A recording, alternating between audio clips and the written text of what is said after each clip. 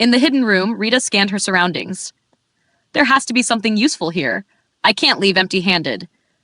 Her eyes landed on an unusual flower vase. Flowers? She found it odd. Nobles were meticulous about their decorations, yet this dried-up flower sat untouched in Jean's bedroom. It must mean something, she thought, plucking it out quickly.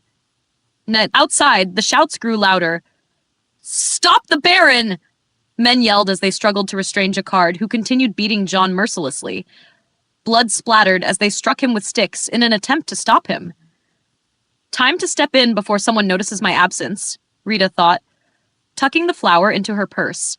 She dampened her handkerchief with tea and rubbed her eyes, making it appear as though she had been crying. John lay motionless, his body battered. At last, someone managed to hold Jacquard back. "Stop, Jacquard!" Rita cried out, making him freeze. "You don't have to do this. Not for me." She stepped forward, her voice trembling as she placed a hand on his chest. His bloodied hands shook, and at her plea, his clenched fists slowly loosened. "Quick! Tie him up!" someone ordered.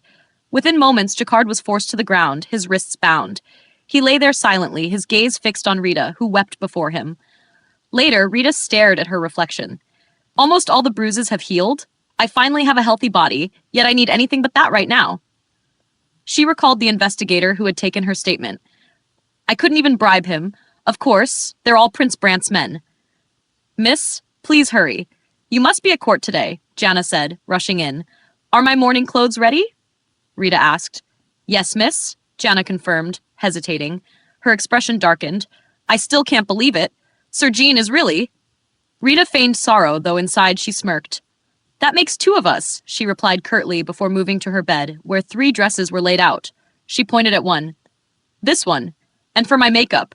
Bring out the bruises again." "Yes, miss?" "You haven't heard anything from my parents, have you?" Rita asked. "No, miss. Nothing since the last letter. Not only did their daughter's fiancé die, but she's also set to testify in court, yet no word from them?" Rita frowned. "Something's off." "Ah, miss! I almost forgot. I dried and preserved the cutting you gave me, just as you instructed," Jana said. "Good. Well done, Jana." Rita nodded. "For now, I'll handle the trial. Then I'll figure out what that strange plant is." The courtroom was packed, nobles filling every seat. Rita sat calmly in the defendant's section, her bruises hidden under makeup. "Oh, my stars, Ver, how did this even happen?" Julie gasped, rushing over. "Losing your fiancé, so terrible! Not getting into the Royal Guard can't even compare." She grabbed Rita's hand. "Stay strong, Ver. That's what I did." Rita held back a scoff. "Even now, she finds a way to brag? Julia, I still need time to grieve," Rita whispered tearfully. "I can't help but despair every time I think of him." Julie blinked in shock. "She's acting like I just rubbed salt in her wounds." "You mustn't give up, Ver. Even in death, I'm sure, Jean." "How can you say his name so carelessly?" Rita cut in, sobbing. "Just thinking about him breaks me." Murmurs spread through the courtroom. Julie hesitated, confused. "But, Ver—" "Oh, dear," a voice interrupted smoothly. "It seems my sister is bothering you, Lady Verta." Blaine Shade smiled as he approached, bowing slightly. Julie fell silent, tense. "Julia, give the lady space to mourn her fiancé," Blaine said, gently leading his sister away. "I was only trying to comfort her," Julie mumbled. Blaine glanced at Rita out of the corner of his eye. "I knew she wasn't ordinary." Rita met his gaze. "But I never imagined she'd be capable of killing her own fiancé." The courtroom filled with murmurs as more people arrived. "Did you see that bruise on her cheek?" "They say her fiancé hit her," a woman whispered with a smirk. "How bold," a man responded. "I suppose Count Alberhart is overseas?" "I heard Jean Lawrence even had the audacity to ask what the fuss was about before he died." Someone added, "Would his own bodyguard have beaten him to death if he hadn't deserved it?" Another voice questioned. "Even if the Alberharts aren't highly influential in noble circles, this is a major scandal between the families of counts," someone murmured. Rita sat quietly, listening. Then, the room suddenly hushed. A figure stepped inside, drawing every eye toward him. "Oh my! It's Marquise Carter," a woman whispered. A chill ran down Rita's spine. "Carter's here?" Her gaze shifted toward him. "He must have come after hearing about the death of one of his men." Her jaw clenched. "He looks like he's been living well. That son of a—" She cut off her thoughts, suppressing her anger. "I'll deal with you soon enough," Once everyone was seated, Rita remained composed. Prince Van Brandt entered, taking his place as the judge. "Bring in the defendant," he ordered. The doors opened, and Baron Jacquard was led in, shackled. His body was covered in scars, but his expression remained unreadable as he walked past Count Lawrence. "You ungrateful bastard!" Count Lawrence shouted, leaping to his feet. "You're no better than a beast. After I took you in, this is how you repay me?" His voice shook with fury. Rita glanced at Jacquard. "His wounds have healed a bit?" She clenched the piece of paper in her hands. "I assume he used the ointment I sent him." Before the trial date was set, Jacquard had been sitting in his cell when a parcel was tossed inside. He unfolded a note within. "If you agree to my proposal, fold a corner of this note and return it. Verta Alberhart." Now in the courtroom, he briefly glanced at Rita, but she pretended not to notice. Jacquard, the accused, age 28, title, Baron, bodyguard of the late Jean Lawrence. Are these personal details correct? Prince Brandt asked. Jacquard Sita gave a curt nod. Yes, they are correct. Prince Brandt continued. On the 8th day of the month of Anemone, within the plaintiff's estate, the defendant is accused of assaulting and killing Jean Lawrence. The motive has been determined as romantic admiration for the victim's fiancé, as well as a personal grudge, categorizing the crime as one of passion. Do you agree with this statement? The room filled with murmurs. Jacquard leaned forward slightly, his head bowed. I acknowledge my crime. However, my motive was neither passion nor personal grudge. It was my duty as a knight to protect Lady Verta. His gaze flickered toward Rita. Rubbish! Count Lawrence roared. A bodyguard attacking his own master? You're worse than a dog. Prince Brandt slammed his gavel. Order! The defendant will give his statement. No one else may speak.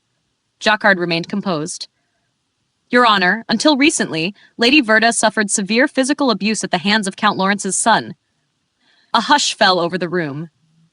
As a knight who upholds the code of chivalry, I saw no other way to protect her than to overpower Jean Lawrence. The courtroom buzzed with murmurs. I ask the court to consider this, Jacquard added calmly. He follows directions well, Rita thought as she observed him. Very well, Prince Brandt said. Would the witness, Verta Alberhart, please step forward?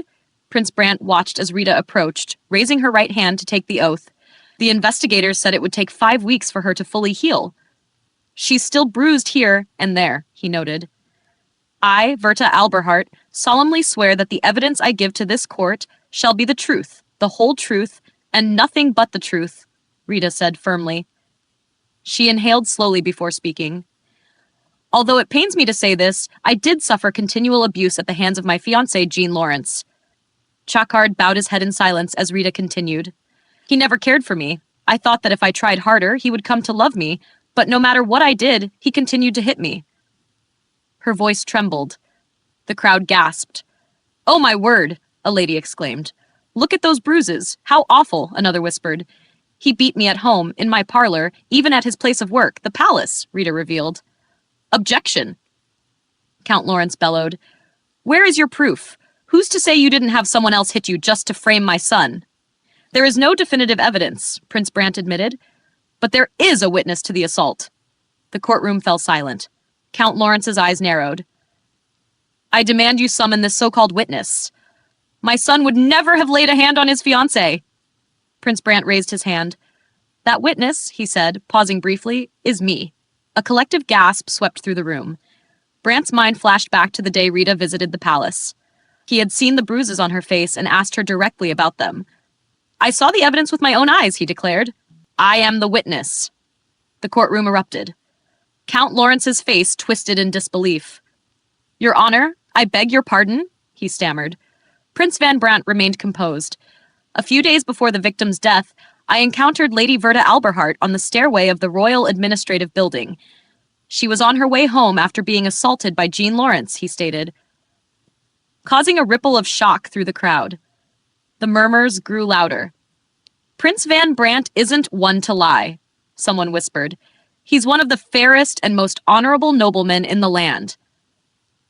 Prince Brandt continued, explaining that while he hadn't seen the full extent of Rita's injuries due to her long gown that day, the swelling on her cheek and the bruise on her lip had been undeniable. Rita's thoughts raced. I never imagined that an accidental encounter would work in my favor. Raising her hand, she spoke up. Your Honor, I would also like to summon a witness. The courtroom stilled. I call Lord Blaine Shade to the stand, she announced. Julie Shade's eyes widened in shock. What? She gasped, looking at her brother. Blaine rose from his seat and walked toward the witness stand, his expression calm. Lady Verta has long been a close friend of my younger sister, Julia, he began, offering a polite smile. During her visits to our home, we occasionally exchanged light conversation. Julie watched, confused by her brother's words. One day, I noticed a bruise on Lady Verta's wrist, Blaine revealed, his tone shifting. The kind of mark only force from an adult man could leave. Gasps echoed throughout the courtroom. At first, she tried to brush it off to protect her fiancé, but eventually she told me the truth, Blaine said, glancing at Rita. That bruise. Rita thought, recalling the moment Jacquard had grabbed her wrist. Though Jacquard caused it, Gian was ultimately to blame.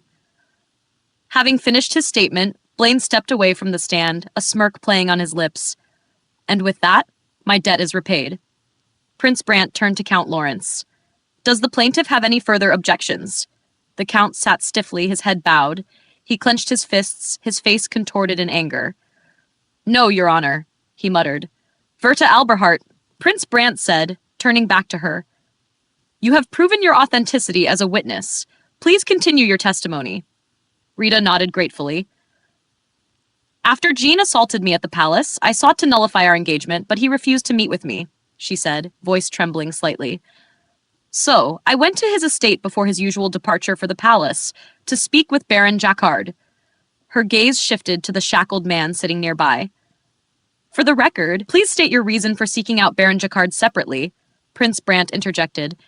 I needed someone to support my claim of assault, Rita admitted. I believed Baron Jacquard, as a knight who upholds honor, would be willing to testify. Honor? She almost scoffed at her own words. He was nothing but a dog's dog. You dare! Count Lawrence barked from his seat. Ignoring him, Rita continued, but he refused. He said that speaking out would damage my fiancé's reputation. The tension in the room thickened. Prince Brant studied her carefully. How did a man so loyal to his master end up beating him to death with his bare fists? Please be as detailed as possible. Rita inhaled deeply. Jean found us together. The air in the courtroom grew heavy. When he saw me with Jacquard, he called me a whore and began hitting me, Rita recounted, her voice strained with emotion. The Baron tried to stop him, but John wouldn't relent. When Jacquard left to call for help, John chased after him, striking him across the face. The room was silent, captivated. Then, Jean said if the Baron left, he would throw me to other men and have them violate me, Rita whispered, her voice barely audible. Gasps filled the courtroom. He said he would pass me around like a rag doll, she choked out, trembling. Julie Shade covered her mouth in horror. Did you hear that? Someone exclaimed. For Jean Lawrence to have said such vile things. I can hardly believe it, another murmured.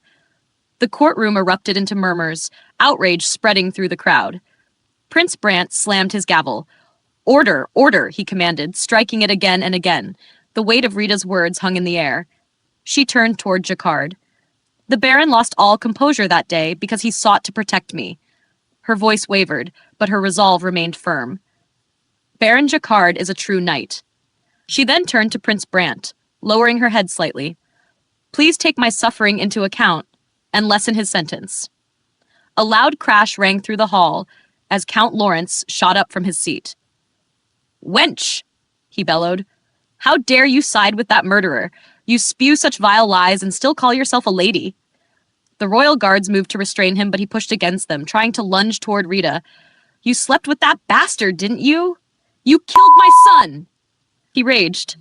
Hold him back! A guard shouted as they restrained the struggling count. Unhand me! Do you know who I am? He roared, thrashing against their grip. Rita clutched her hands to her chest, eyes filled with feigned shock. Such violence, such hatred, she whispered, tears slipping down her cheeks. You and your son are exactly the same. What? The wench has lost her mind! Count Lawrence spat, before his body suddenly collapsed. Gasps echoed through the courtroom. Count Lawrence has fainted! Call for a physician! A guard shouted. Tension filled the air as Prince Brant straightened. According to our laws, the crime of killing a nobleman is punishable by death, he declared. However, Considering the defendant's actions were driven by both chivalry and the need for self-defense against Jean Lawrence's assault and intimidation, the room held its breath. I find the defendant guilty of accidental manslaughter. The verdict echoed through the hall. The Court of Osland hereby sentences Baron Jacquard to 20 years of imprisonment. The gavel struck one final time. The courtroom remained still. Outside, Prince Brant stood with his fellow judges, watching as Rita wept quietly. Her parents aren't even in the country. Poor girl. But then, she did something that made his breath hitch. As she wiped her tears, her lips curled upward. A slow, chilling smile. Prince Brant stiffened. What? She's smiling? A shiver ran down his spine. Something about that smile was terrifying. 20 years. That should be more than enough time to teach Jacquard a lesson, Rita thought with a sly grin. Tears streamed down her face, but she was unaware that Prince Brant had been watching her. As she walked away, he narrowed his eyes. I'll have to keep an eye on her, he murmured to himself. Rita's carriage rolled through the city streets, thus heading toward the Alberhart estate. Now, I just need to take care of the butler, she mused, her thoughts drifting to Ian. Suddenly, the carriage came to a halt. A firm knock sounded against the door. Milady, I apologize, but another carriage is blocking the road ahead, the coachman informed her, his voice tense. Oh, which family does it belong to? Rita inquired. The Marquis Carter, he replied. Rita's eyes widened slightly as she flinched. What does Carter want with Verta? Could he have figured out my true identity? She wondered, her mind racing. Is it possible that Yersha was caught? The coachman shifted uneasily. Shall I turn back to the courthouse and request assistance? If we involve the authorities, he might move, but that would also draw unnecessary attention. No need, Rita said firmly. If the Marquis wishes to speak with me, have him come to my carriage. She folded her arms, her expression cool and composed. At the very least, I would hope an uninvited guest wouldn't be so shameless as to make me walk to him. With that, she shut the carriage door with a sharp bang, making the coachman flinch. Moments later, Marquis Carter approached. The coachman bowed as he knocked gently on Rita's door. Lady Verta, my name is Proud Carter. May I join you in your carriage for a moment? He asked politely. Rita opened the door, offering him a warm smile. Please come in, my lord. He stepped inside and sat across from her. During the trial, I was deeply moved by your testimony, he began. I had no idea Jean was such a monster. I should have seen the signs. Ever the silver-tongued snake. No, he may be even worse now, Rita thought, unimpressed by his supposed remorse. My condolences for the violence you endured, as well as your loss, Carter said gently. Thank you for your kind words, my lord, Rita replied smoothly. Despite all his faults, he was still your fiancé, he continued. I can see your grief. Rita lowered her gaze, letting tears pool in her eyes. Of course. He used to be so sweet to me. Her voice trembled. Even now, I grieve when I think of him. She dabbed at her eyes with a handkerchief. In reality, she just wanted Carter to leave. Of course, Carter said, nodding solemnly. Your sorrow is shared by all who love Jean. Rita studied him carefully. So, he doesn't realize who I really am. He just keeps talking about Jean. Forging ahead, she feigned curiosity. I heard you were quite close to him as well, my lord. Carter let out a soft sigh. He was a competent official, so I treated him as a protégé. Who could have predicted things would turn out this way? Then his expression darkened slightly. He leaned forward. Lady Verta, on the day of the incident, did anything go missing from Jean's estate? Rita blinked innocently. Missing? I couldn't say. Carter studied her for a moment before sighing. I see. He stood up. Forgive my intrusion, my lady. He must have entrusted Jean with something important. A weakness? Rita speculated as she watched him move toward the carriage door. Carter turned back. Until next time, Lady Verta. A mischievous idea crossed Rita's mind. Since he has no idea who I really am, how about I tease him a little? Ah, perhaps you're referring to that, she said suddenly. Carter froze. That? His interest piqued. You know, in Jean's room, she continued, watching him inch closer. His expression sharpened. What did he keep in his room? You know, Rita teased, letting the suspense build. Carter's patience thinned. Would you care to elaborate in detail? Rita tilted her head slightly. So you didn't know about Jean's secret? She let out a small sigh, looking almost flustered. Carter leaned in. Go on. She clutched her hands together. Jean had a peculiar fascination with watching others. Carter's face twitched.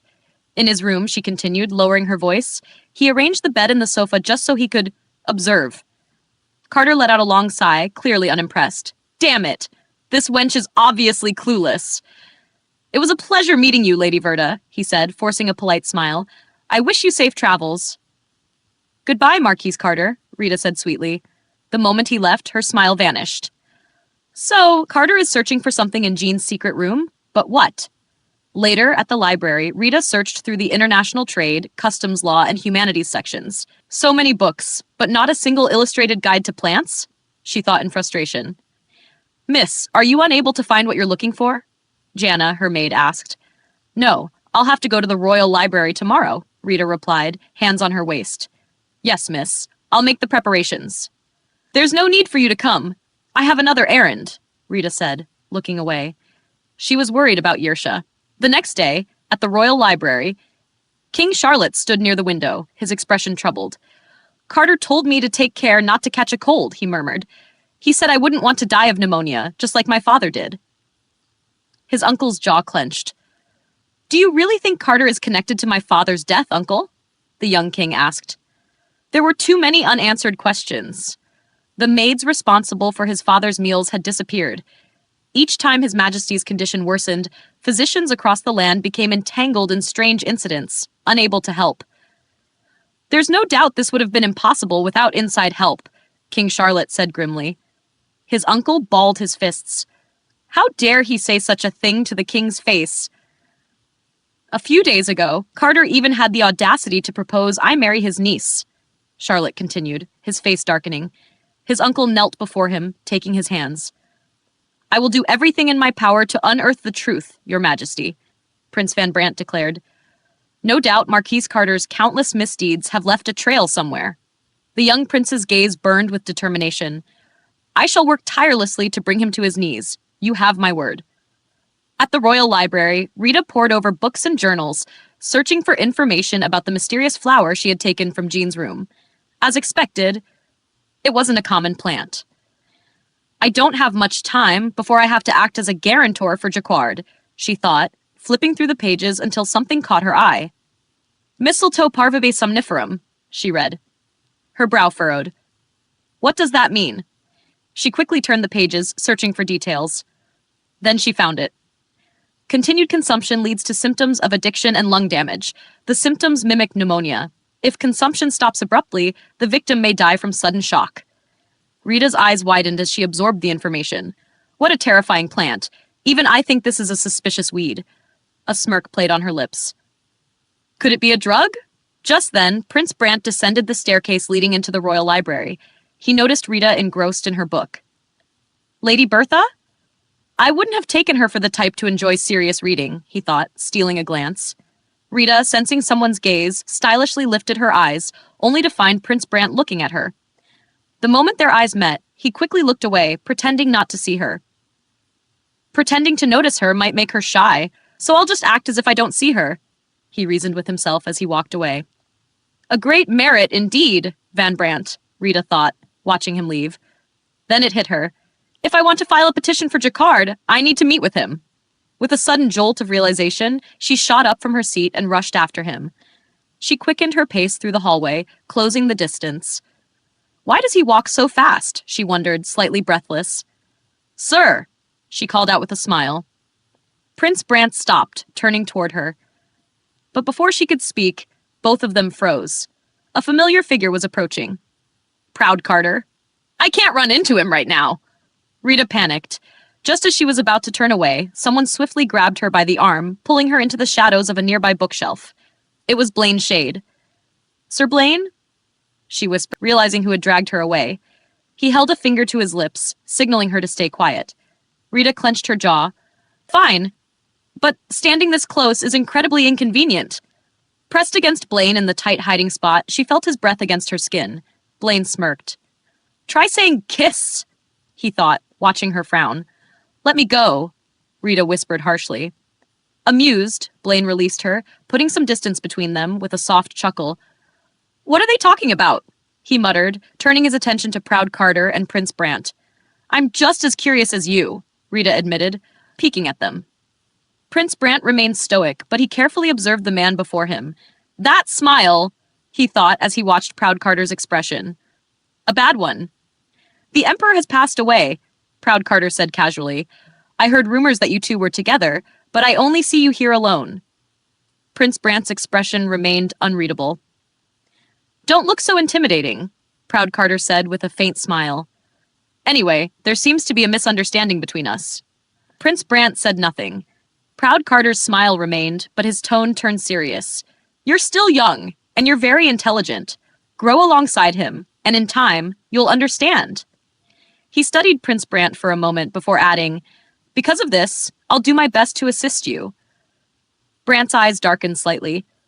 Thank you, he finally said, his tone cool. He turned his head away from Proud Carter's gaze. I hope you'll keep your promise. Then, without another word, he walked away. His face. Proud Carter observed the prince's retreating figure. From their hiding spot, Rita narrowed her eyes. Their relationship doesn't seem good, or am I mistaken? She mused. Blaine smirked, his gaze shifting toward her. Your eyes are not only beautiful, but they're also quite sharp. Then, for a brief moment, his eyes flickered downward. Blaine's face flushed red. Rita caught his gaze and immediately shoved him away. Blaine chuckled, rubbing his arm. I'm sorry, he said, still grinning. Men's eyes are naturally drawn to beautiful things. Rita, slightly flustered, crossed her arms. If you don't say it out loud, I won't have to kill you. Blaine only laughed harder, but Rita's mind was elsewhere. So Proud Carter and Great Merritt Van Brant aren't on the same page. Interesting. Her expression darkened slightly. If even a man with a good reputation like the Duke can be convinced, people like Proud Carter should be easy to eliminate. How should I approach him? She wondered, deep in thought. Blaine tilted his head, watching her closely. Lady Bertha, you seem to be thinking about something very interesting, he murmured. But don't forget, I'm still right beside you. His voice carried a hint of amusement. It was obvious. Prince Van Brant and Marquise Carter didn't get along at all. If that's true, what will you do? Rita asked, glancing at Blaine, curious about his thoughts. Blaine took a step forward, closing the distance between them. Hard to say, my lady. What would a mere royal treasury accountant like me know? He said playfully. Oh, don't be like that. Enlighten me, Rita pressed, placing a hand against Blaine's chest, subtly trying to maintain space between them. Blaine smirked. Who knows? Maybe we'll end up solving another difficult matter together, just like last time. Don't tell me you don't trust my skills? Rita teased, flashing a confident smile. Blaine's expression shifted slightly. I can see why fools would sell their souls just to worship the ground she walks on, he thought, tension creeping into his gaze. Come closer, he murmured, motioning for her to approach. Rita hesitated but complied. Suddenly, Blaine wrapped his arm around her waist, leaning in with his eyes half closed. Rita stood frozen. What on earth are you doing? She shouted, shoving him away. Blaine chuckled softly. Frankly speaking, I'm quite comfortable right now, my lady. Rita sighed, ignoring his antics. With those two beasts too busy clashing, the Shade family remains untouched. If you had to pick a side, who would it be? Blaine gave an easygoing smile. I'm a simple man, my lady. I have no interest in other men, but if I must choose... He took a step back and placed a hand over his chest. I choose to trust the judgment of a beautiful woman. You say that without knowing which side I'd take? Rita asked, raising an eyebrow. Blaine leaned in slightly. I am but a fool who cannot hope to understand the depths of my lady's delicate heart just yet. His fingers brushed lightly against Rita's ear. Though you may appear as fragile as a lamb, I see the lion within you, he whispered. His smirk returned. You don't waste your time on weak and uninteresting prey. No, the one who catches your eye must be a skilled and cunning beast indeed. Back at the Alberhart manor, Rita returned to her chambers. Jana assisted her in undressing, but Rita remained silent, lost in thought about her encounter with Blaine in the royal library. These clothes are musty. Throw them away, she instructed. Yes, miss, Jana replied, startled by her firm tone. Rita glanced toward the empty room. What about the guest I asked you to bring? Are they here? Jana nodded. Of course, miss. Well done. Rita's voice softened slightly. On your way out, call Ian for me. Yes, miss, Jana answered with a polite smile before exiting. Moments later, Ian appeared before Rita, his expression tense. Rita studied him, a small smirk forming. He looks pale. I suppose ignoring him worked. He's terrified. Usually the strategy is to pick them off one by one, starting with the weakest, but I did the opposite. She crossed her arms. What shall I do with you? Ian lowered his gaze. As you are aware, I recently attended court. There, I learned exactly what happens when a disobedient dog turns on its master. His tone was carefully measured. Rita remained silent, watching him intently. When did she change this much? Ian wondered. What happened to the girl who would cry and wallow in self-pity? Even with his sincerest apology, he knew there was little hope for forgiveness. My apologies, miss. He bowed deeply. I cannot begin to atone for my actions. Rita scoffed. Apology? She folded her arms, eyes narrowing. I don't follow. What value could your apology possibly have? Ian lowered his head further. Forgive me, miss, he pleaded. If you were truly sorry, you wouldn't have done something to be sorry for in the first place, Rita said coldly. Her mind drifted back to their first encounter, to how Ian had taken advantage of her. Thinking she was Verta, she clenched her jaw. It's not something I can simply ignore. If I were you, I'd feel embarrassed, she said, her voice laced with disdain. Ian flinched as she continued, her tone almost mocking. If I had married Jean Lawrence and been tossed between you and all the other men in this world, would you have still apologized? She smirked. I doubt it. Ian's stomach twisted. If he was thrown out of the Alberhart estate, his life would be over. Without a referral, he wouldn't be able to find work in another noble household. He would be nothing. A commoner. Lord Alberhart will be quite upset if he finds out, Ian muttered, desperate to salvage his position. What's that? Rita tilted her head, feigning confusion. I can't hear a word from a fired loser. Ian stiffened. Miss, please reconsider. Are you deaf? Rita snapped. I said you're fired. Miss! Ian cried out. Rita's eyes darkened. How dare you raise your voice at me? She strode toward him, gripping his shirt tightly. Ian's breath caught in his throat. Your only job was to ensure my engagement remained intact. She gazed into his eyes, her voice dripping with mock sympathy. Oh dear, but... Her lips curled into a smile. My dear fiancé is nothing but a jar of ashes now. Ian's entire body stiffened. Rita's expression turned ice cold. If my relationship with the Lawrence family is over, then so is your usefulness. Do you really think you deserve my forgiveness? She scoffed. You dare try to intimidate me? By invoking my father's name, no less? With a sharp tug, she released him, stepping back. I wonder who they'd throw out faster? She mused. The only daughter of the Alberhart family, or a mere butler. She turned toward the door. Shall we put it to the test? Ian collapsed to the ground. Miss Alberhart, he stammered, his voice shaking. Rita paused, glancing over her shoulder. Ian's lips trembled. What I did was wrong. Please, I'm begging you. Then, to her surprise, he dropped to his knees, kissing the very ground beneath her feet. Rita's eyes widened slightly. I only did it because I loved you, Ian stuttered. How else could a mere butler like me express my feelings? It was the only way. Rita's expression darkened. In an instant, she pressed her foot against his chest, pushing him down onto his back. Ian gasped. You did it because you loved me? She repeated mockingly. It was the only way because of our difference in class? A chilling smile played on her lips. Are you even listening to yourself? Ian's breath hitched. Rita's voice dropped into a deadly whisper. If you truly loved me, you should have come to me the moment you saw what kind of man my fiancé was, Rita hisses. When he suggested making me his plaything, you should have spat in his face and refused such a disgusting proposal. Her expression darkens, making Ian shrink further in fear. Suitors from noble backgrounds flock to you. How could I refuse? Ian says, his voice calm but his expression uneasy. Rita doesn't hesitate. She strikes his chest, making him stagger. Enough of your excuses, she snaps. Ian clutches his chest, eyes wide. Miss, he stammers. Forgive my ignorance. Please allow me to stay by your side. He clasps his hands together in a plea. Rita watches him, unimpressed. You'd really do anything? Yes, of course, miss. I'll do anything. Ian insists desperately. Then I won't deny you the chance to prove your loyalty, she says, gripping his hair and pulling him closer. Please, just tell me what to do, miss. What shall I do first? Ian asks, his voice trembling with eagerness. Go collect your severance from Jana, then depart for Tadam immediately, Rita orders. Ian blinks in disbelief. Miss? Find out how my parents are faring and report back to me in full detail, she commands, still holding his hair. Rita had her reasons for this errand. She found Verta's parents too indifferent, superficial even. No matter how busy they were, their coldness toward their only daughter seemed unnatural. Rita suspected there might be a hidden secret. If I do this, you'll truly forgive me, miss? Ian asks, hope creeping into his voice. Yes, she replies, her tone less harsh. I'll write a letter. Make sure to deliver it to them.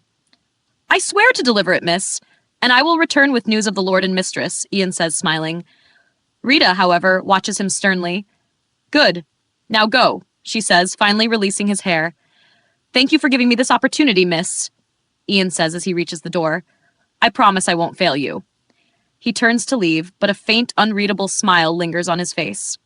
In Rita's room, Yersha stands dressed in a butler's uniform. Is this enough? Rita asks, holding up a strand of Ian's hair. Yes, a single hair is all I need to cast a spell, Yersha confirms. Rita smirks. I'd be a fool to send a dog who tried to bite his master away without a leash. A small safeguard only makes sense. Shortly, Ian will start experiencing rashes, then a cough, then fever, Yersha explains. All symptoms of a desert disease. His condition will improve as he nears Tadam, but if he strays elsewhere, the illness will turn deadly. Holding the strand of hair between her fingers, Yersha mutters an incantation. A faint glow pulses around it before vanishing. That's well and good, Rita muses, but now that you've become Lady Verta's butler, your name might draw unwanted attention. Yersha nods. It would be a shame if we went through all the trouble of getting me here only for my name to give us away. Then take an alias, Rita suggests. Yen, it's not too different from my real name, Yersha says. Rita thinks for a moment before smiling. Very well, Yen. From now on, I'm counting on you. 2 weeks later, at the hospital run by Prince Brandt sits at his desk, going through a stack of documents. He sighs, resting his head against the back of his chair when movement outside catches his eye. Curious, he stands and walks over to the window. Outside, Rita is gardening, wiping sweat from her brow with the back of her hand. Lady Verta? He murmurs. Now that he thinks about it, Hans, the groundskeeper, mentioned it this morning. She's been volunteering for the past 2 weeks, Hans had informed him. Despite being a noblewoman, she pulls weeds, washes hospital bed sheets, scrubs floors, even plays with the youngest patients in the ward. Prince Brandt had barely paid attention then, but now, seeing her work firsthand, he's caught off guard. She's really doing all that? He wonders. I had no idea she was so earnest. Rita, sensing his gaze, smirks inwardly. Finally, he's watching. For 2 weeks, she'd been laboring at this godforsaken hospital just for a chance to meet that stingy prince. Time for action. Dusting herself off, she takes a step, then suddenly collapses to the ground. Lady Verta! Prince Brandt shouts, rushing outside. Lying motionless, Rita thinks to herself, he saw that, right? There's no way he didn't. I even made sure to wear this bright yellow dress. If Prince Brandt doesn't come, she reasons, Hans certainly will, and if neither of them does, she'll be very annoyed, especially after all the bribes she handed out. Lady Verta! Prince Brandt calls again, kneeling beside her. Hurry up and pick me up, you fool, she thinks, feeling his presence close by. He reaches out but suddenly stops. Instead of touching her directly, he removes his jacket and carefully wraps it around her before lifting her into his arms. Geez. What's with this unrelenting chivalry? Rita thinks, still feigning unconsciousness. Prince Brandt carries her inside. The heat must have gotten to her while pulling weeds. She should rest in one of the hospital beds. As he climbs the stairs, he glances down at her, his eyes lingering on her features. This is my first time being so close to a woman. Meanwhile, Rita, still pretending to be unconscious, peeks through her lashes. Anytime I see a goody two-shoes, I can't help but want to play around a little. A mischievous thought crosses her mind. Shall I tease him? She shifts slightly, pressing herself against him. She murmurs softly, pretending to stir. Prince Brandt looks away, watching as Rita appears to fall asleep in his arms. Softly, she opens her eyes. Lady Verta, can you hear me? He calls out gently. Ah, Prince Van Brandt, she murmurs weakly before pretending to faint again. He looks flustered. Please, get a hold of yourself, he urges, concern etched on his face. He's just itching to put me down, isn't he? Rita thinks, still playing along. Did I faint? she asks softly. My apologies. If you could, please let me down. Prince Brant carefully places her on her feet. Rita sways slightly as if struggling to regain her balance, then suddenly stumbles forward. Startled, Prince Brant instinctively reaches out to catch her, but she presses her chest firmly against his arm, making him freeze. It's just acting. What a dummy, Rita thinks, suppressing a grin. Kya! She suddenly yelps, dramatically pushing him away. Prince Brant stares, startled. How can he treat a sick girl this way? Doesn't he feel any shame? Rita thinks, putting on a distressed expression. Prince Brant quickly averts his gaze, his face red. Forgive me, I must attend to something urgent. Very urgent, he stammers before turning away in a quick dash. Rita watches him go, completely baffled. What's with him? He's a grown man, isn't he? Then a realization dawns on her, and she flinches in shock. It couldn't be... Is he a virgin? Her irritation flares. I didn't even get a chance to bring up Marquise Carter! At his office, Prince Brant is back to writing when a knock sounds at the door. Hans enters, leading Rita inside. Lady Verta? Prince Brant says, visibly surprised by her visit. Hello, Your Highness? Rita greets with a polite bow. She smiles inwardly. Good. This visit doesn't seem forced at all. Now seated across from each other, Prince Brant offers her a cup of coffee. I must apologize for yesterday, Rita begins, gracefully lifting her cup. I came here to help others, yet instead, I became a burden. I should have been more careful. Her voice is soft, her demeanor composed. Of course, you must have been angry with me. Not at all, Prince Brant replies quickly. Rather, please forgive my lack of attentiveness. Are you feeling better? Yes, Rita responds, brushing her fingers against her lips in a thoughtful manner. The sunlight was quite strong yesterday. It must have made me faint. Prince Brant watches her closely. Would you like to be examined by one of our doctors? A specialist from the north is here. I shall summon him immediately. Rita's fingers tighten slightly around her cup. A specialist from the north? That means their skill level is far superior to Oslin's incompetent physicians. She lets out a small, polite smile. No, thank you. I'm truly fine. Setting her cup down, she changes the subject. More importantly, I happened to see Your Highness at the Royal Library the other day. Prince Brant is momentarily caught off guard. The library? He repeats. Yes, Rita continues, taking a casual sip of her tea. On my way out, I saw you. I was going to greet you, but you seemed to be in the middle of a quarrel with your companion. Prince Brant's expression hardens slightly as he recalls the conversation with Marquise Carter. The administrative and judicial branches are separate institutions, he explains. Differences of opinion occasionally arise, but it's nothing of concern. Marquise Carter and I hold no ill will toward each other. Really? Is that so? Rita muses, setting down her teacup. Personally, she tilts her head slightly, I do quite a lot, I might add. Prince Brant furrows his brows. Pardon? Why do you think I testified against my fiancée, Jean Lawrence? Prince Brant stiffens at her words. In his mind, he recalls the day of the trial, her composed yet piercing smile as she stood before the court. I hated him, Rita says, her voice trembling as her fingers curl into fists. And it wasn't just because he beat me. Prince Brant watches her carefully. Was there perhaps another reason? Rita exhales sharply. I believe my fiancé, Jean Lawrence, was secretly producing opiates. He intended to make me his accomplice. Opiates? Prince Brant repeats, his eyes narrowing. Rita nods. To him, I was a means to bring Count Alberhart into his operation, as well as a scapegoat if things went wrong. Reaching into her pocket, she carefully pulls out a small dried plant and places it on the table. This is the plant I found in Jean's room and secretly took out, she says. It's called Papaver somniferum. Prince Brant's eyes widen slightly. I am well aware that producing or distributing opiates is a felony in Osland, Rita continues. My father likely had no idea, otherwise he never would have agreed to the engagement. She takes a deep breath, then lifts her gaze to meet Prince Brant's directly. Unless they are fools, I doubt they're distributing the opiates domestically. Selling abroad would be safer and much harder to trace. She leans forward slightly. That's why my family's trading rights were valuable to them. And if anything went wrong, they would have pinned the blame on us. A dark glint flashes in her eyes. Jean Lawrence plotted to use and destroy my family. That should be more than enough to convince you. Right? Prince Brant remains silent, studying her closely. Rita straightens. But I don't believe Jean acted alone, she says firmly. She clenches her fists again, then slams her hand down onto the table. Behind Jean stood Marquis Carter. The room falls into heavy silence. Prince Brant watches her, his expression unreadable. Jean Lawrence may be dead, but Marquise Carter certainly won't let my family go without a fight, Rita says calmly. She looks at Prince Brant. My father is often occupied with foreign trade, unaware of what happens here at home. As the only daughter and heir of the Alberhart family, it's my responsibility to protect my family from this imminent danger. But as your grace is well aware, I'm simply a noblewoman. Her fingers hover over the poppy plant.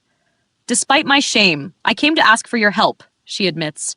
Prince Brant listens intently before picking up the plant from the table. He studies it carefully. Thank you for informing me, he finally says. I will carefully consider what you've told me. I shall also investigate this plant further. A few days later, a guest arrives at the Alberhart Manor. Welcome, Prince Brant, Rita greets him with a smile. Lady Verta, he acknowledges her, his expression unreadable. His clenched fist betrays his unease. I thought it best to speak with you face to face, he says firmly. Once seated, Prince Brant lowers his gaze to the floor, a solemn look on his face. This can't be good, Rita thinks. Breaking the silence, he speaks. After further investigation, I've found this matter to be far more dangerous than even you might have guessed, my lady. His tone is serious. I'm afraid I have no choice. I cannot involve a noblewoman such as yourself in this case. It's too dangerous. Rita's eyes widen slightly in disappointment. So he expects me to just sit and wait? Don't make me laugh. I see, she says coolly. So the cutting I gave you wasn't of much help? Her hand rests lightly against her chest. She sighs. I should have known that alone wouldn't be enough to condemn Marquise Carter. His right-hand man, Jean, is dead. If he feigns ignorance, there's no way to pin anything on him. You misunderstand me, Prince Brant interjects. I respect your discernment and insight, but this matter is too dangerous for you. His voice is firm, carrying a warning.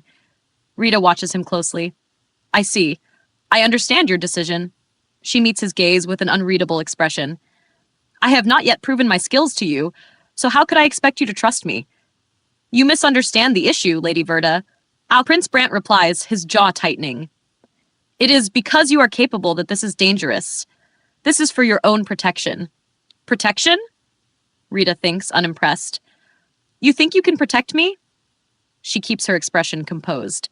I respect your decision, Your Highness. However, if I cannot be directly involved, may I at least request an exchange of information? Her words make him pause. He looks at her intently. After all, Your Highness is an honest man who abides by truth and honor, she adds. Prince Brant falls silent as he recalls his recent meeting with a doctor. If the plant is consumed regularly, one may develop an intense addiction, the doctor had explained. Over time, the lungs deteriorate, leading to pneumonia-like symptoms. Prince Brant had been shocked. Are you certain? Yes, Your Grace, the doctor had confirmed. Furthermore, if one suddenly stops taking it, they could experience shock severe enough to cause death. Prince Brant's voice had lowered. The king had been strong enough to go fox hunting twice a week. Pneumonia alone wouldn't have been enough to kill him. Back in the present, Rita speaks firmly. I leaped into this with the resolve to protect my family. If Your Grace wishes for me to step back, you should at least give me a convincing reason to do so. She meets his gaze unwaveringly. Wouldn't you agree that's only fair? Prince Brant pauses before finally speaking. The Emperor was in good health before he died, he reveals. After his passing, every maid responsible for his meals either died suddenly or went missing. Rita's breath catches. It couldn't be. After his death, I suspected Marquise Carter, Prince Brant continues, his arms resting on his lap, but for over a year, I failed to find any evidence. He exhales. However, new evidence has come to light. Rita's eyes sharpen. Could it be? The cutting I gave you? Yes, he confirms. Rita clenches her fists. Poisoning the king? Proud Carter, you're worse than I thought. Prince Brant continues. Moreover, after losing his right-hand man, Jean Lawrence, Marquis Carter has begun searching for a new associate. Rita narrows her eyes. Who might it be? Baron Nathan Hector is the most likely candidate. Rita frowns. Nay frowns slightly.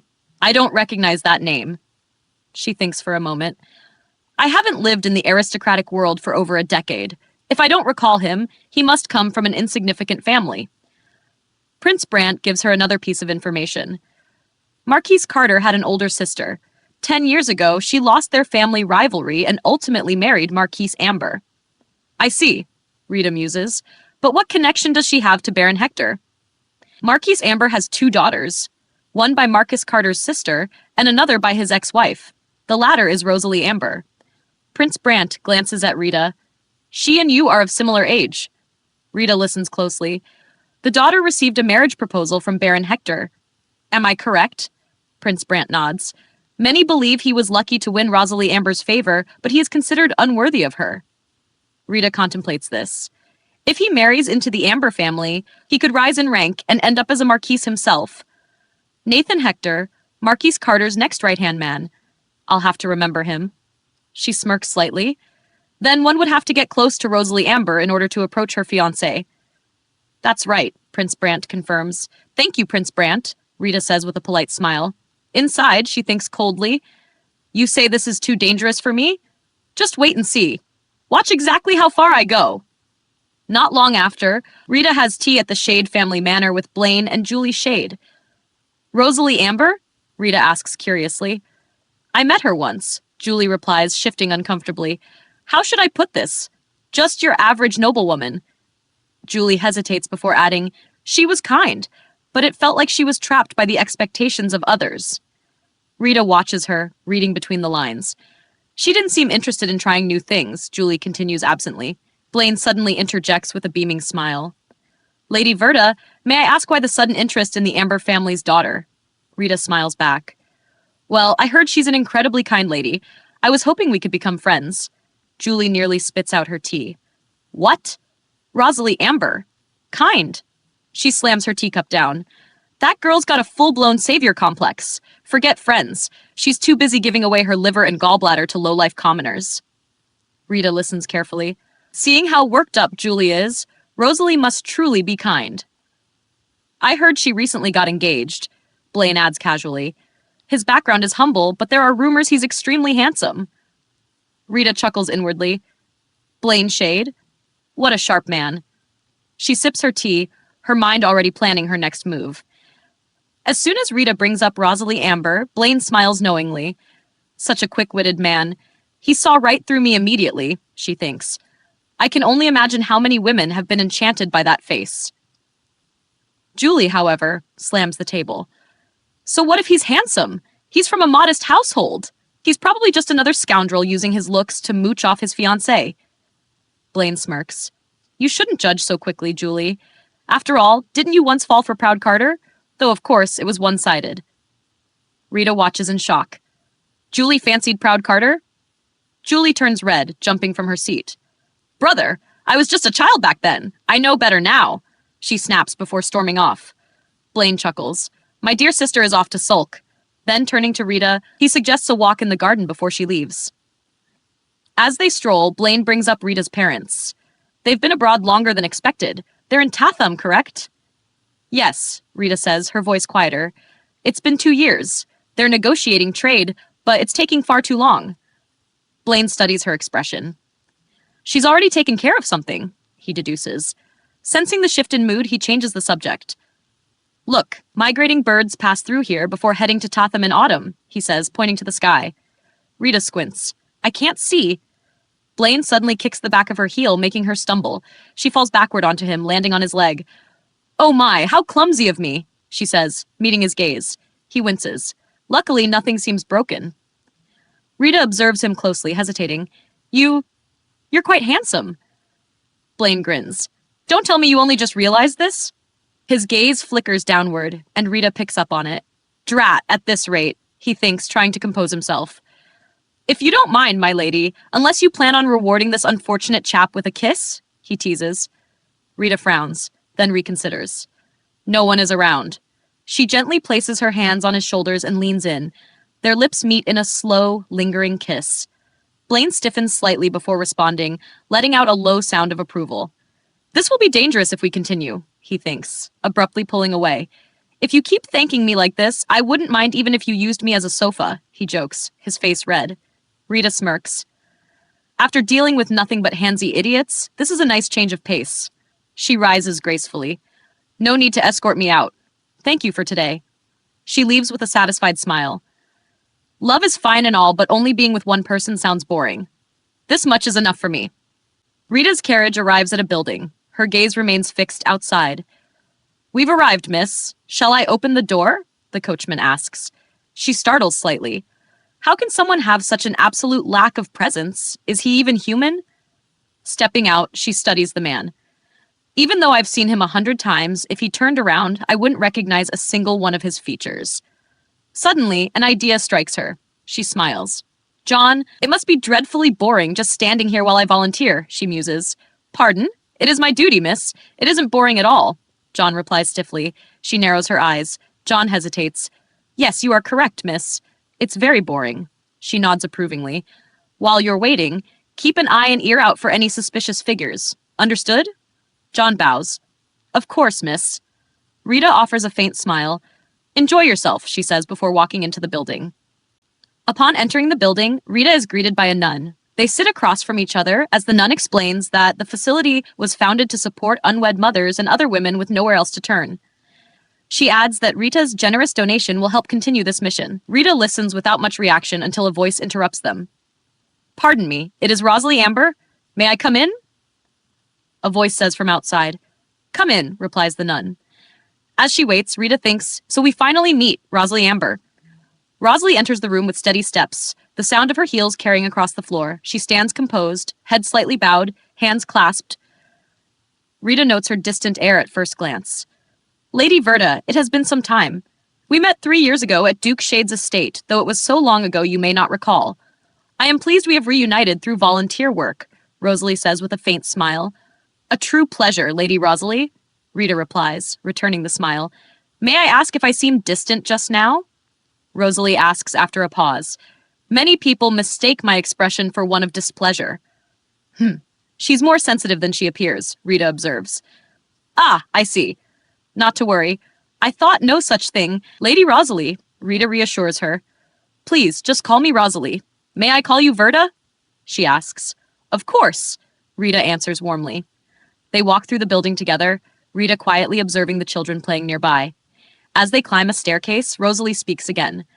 Perhaps because I inquire about their work or care for them as a nurse, many residents say I feel like a daughter or a close sister to them. Girls like this irritate me to no end. Rita thinks with a small smile, glancing downward briefly.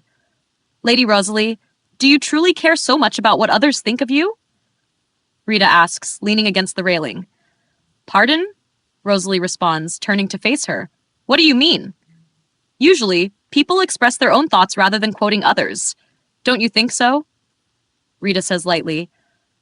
If you doubt my sincerity, you can ask the residents, Rosalie says, her hands clasped. Oh my, did it seem like I was accusing you? You misunderstand.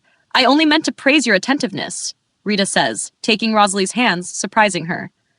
Lady Verta, Rosalie says with a small smile, pulling her hands free, I do not trouble myself with others' opinions. We have but one life. Why live it caring what others think? Indeed, Rita replies brightly. Why is she saying this? Does she dislike me? Rosalie wonders, feeling tense. I believe listening to others is important and can be rewarding, Rosalie says, her voice steady but uneasy. Is that so? In what way? Rita asks. One can only understand another's needs by listening carefully. Sometimes, just listening can bring someone comfort. Indeed, Rita agrees. But, Rita continues, holding Rosalie's hand tightly, if someone is liked simply because they listen, how are they different from a dog? She whispers.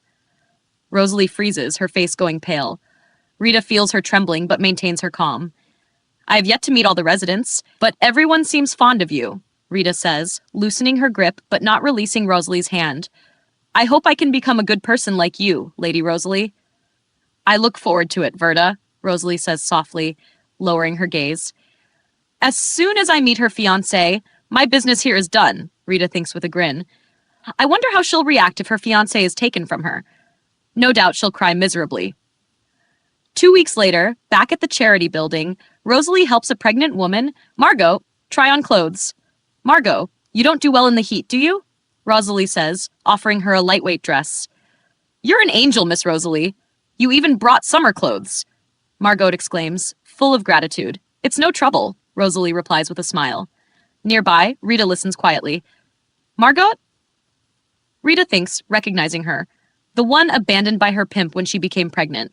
I'm sorry, Miss Rosalie. I break out in rashes when I wear rough fabrics like linen, Margot says apologetically. The nerve, Margot thinks inwardly. Oh, forgive me. I had it made with linen based on the boutique's recommendation. What fabrics work better for you? Rosalie asks, sincerely apologetic.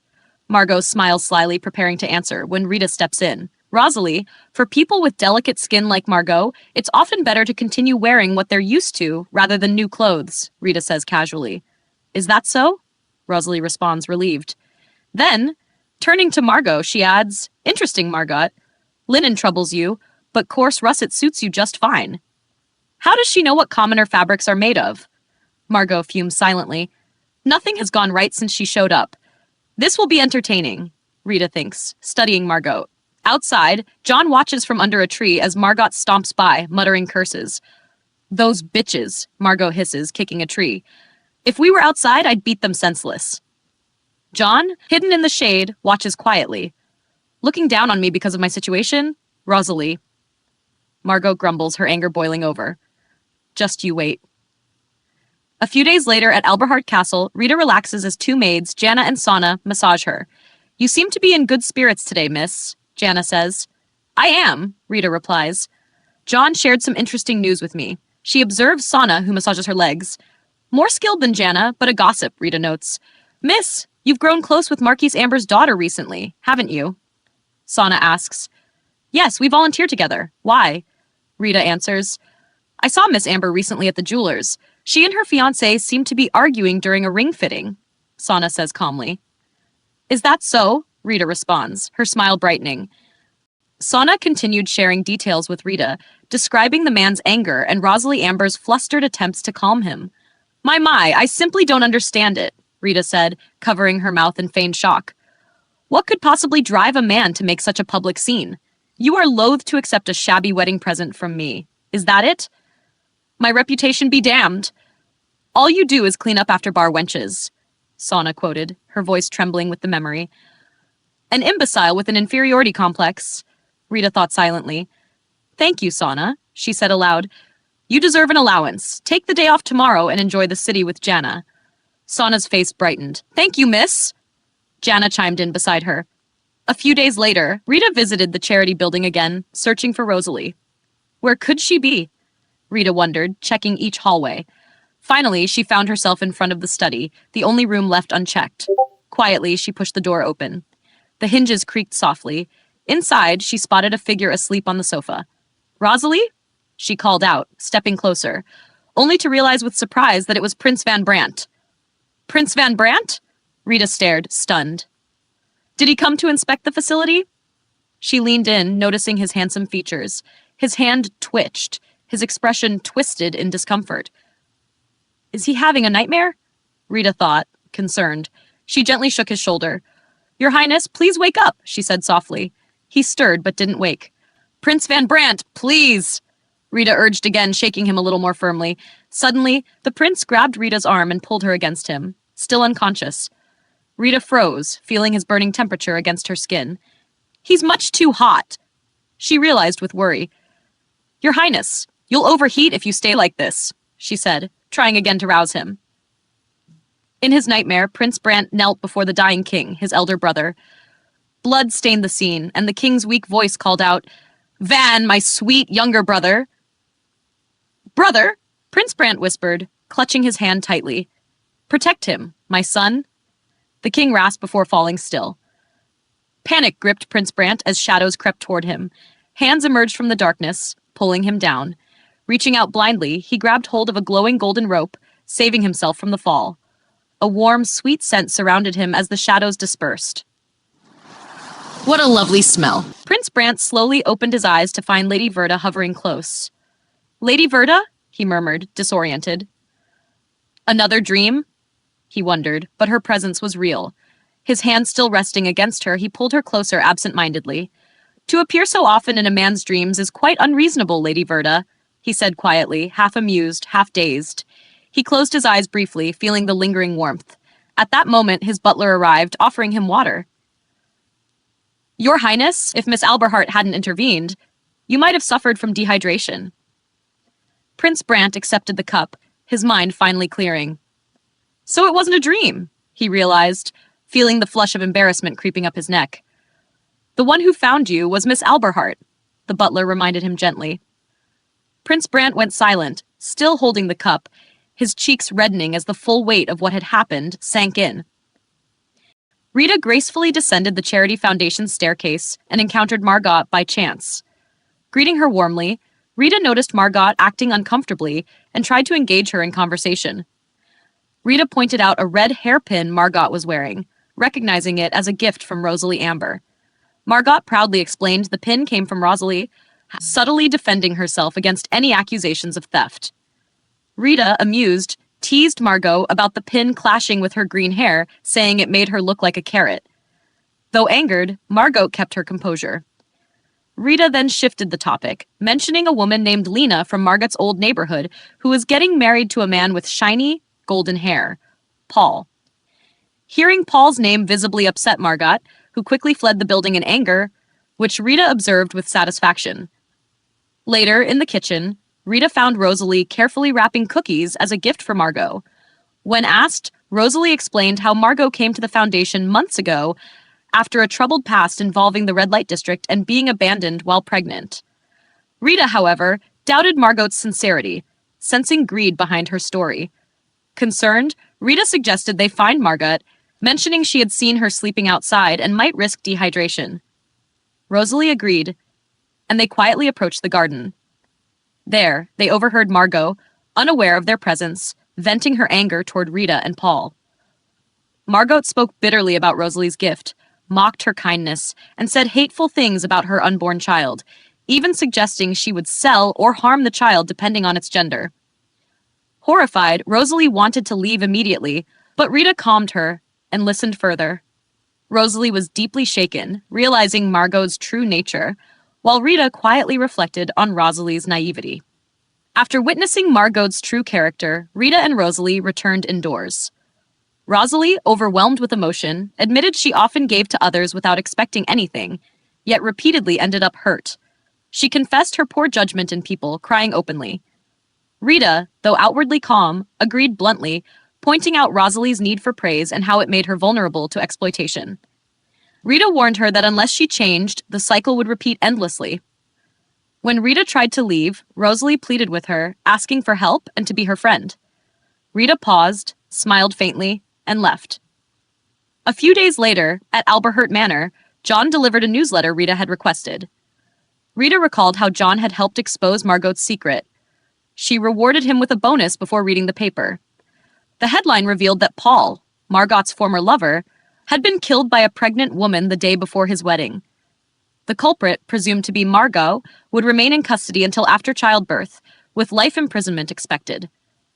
Rita, frustrated by the light sentence, thought execution would have been more fitting.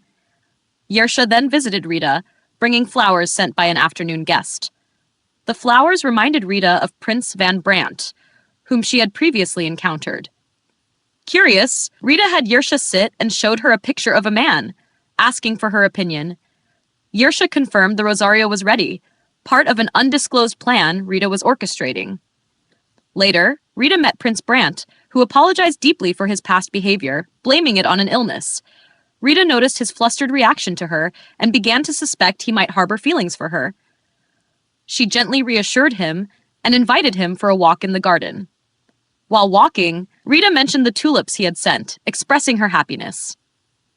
Observing Prince Brant blush, Rita teasingly asked if he was feeling unwell.